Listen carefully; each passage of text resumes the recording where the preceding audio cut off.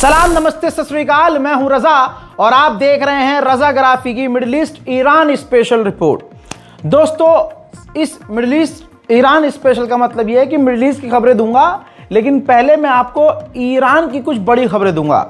जैसे मैंने आपसे कल अर्ज किया था कि ईरान के अंदर महंगाई की वजह से, और ये महंगाई हुई क्यों, अमेरिका ने और यूएन ने मिलकर, पूरे यूरोप ने, अमेरिका ने मिलकर ईरान पर कई तरह के प्रतिबंध लगाए। अब जब बैन लगाएंगे तो होगा क्या? प्रॉब्लम तो क्रिएट होनी ही होनी है और महंगाई बढ़नी है। जब इंपोर्ट होना बंद हो गया, सामान आना बंद हो गया, देश के अंदर जो खनिज पदार्थ है और कोई चीज़ें हैं वो सब महंगी हो गई। अब ऊपर से करेंसी ईरान की डाउन हो गई, तो अब वहाँ प्रदर्शन तेज़ हो गए हैं। जो मैंने आपको कल दिखाया था वो तो एक ट्रेलर था, फिल्म में आज आपको दिखाऊंगा। पूरा ईरान इस वक्त सड़कों पर उतर आया है।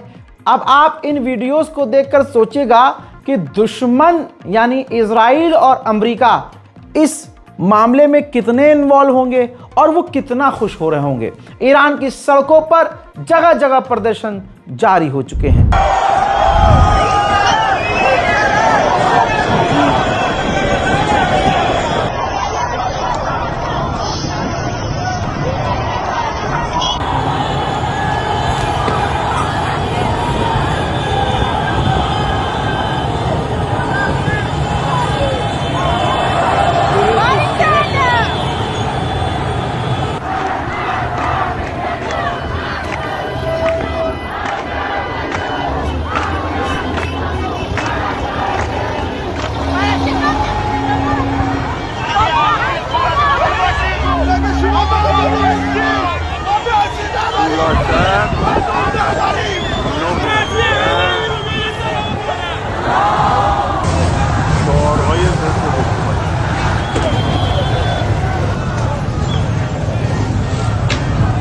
हजरात, सिर्फ इतना ही नहीं, हद तब हो जाती है जब अमेरिका और इजराइल को खुश करने वाले नारे सुनाई देते हैं।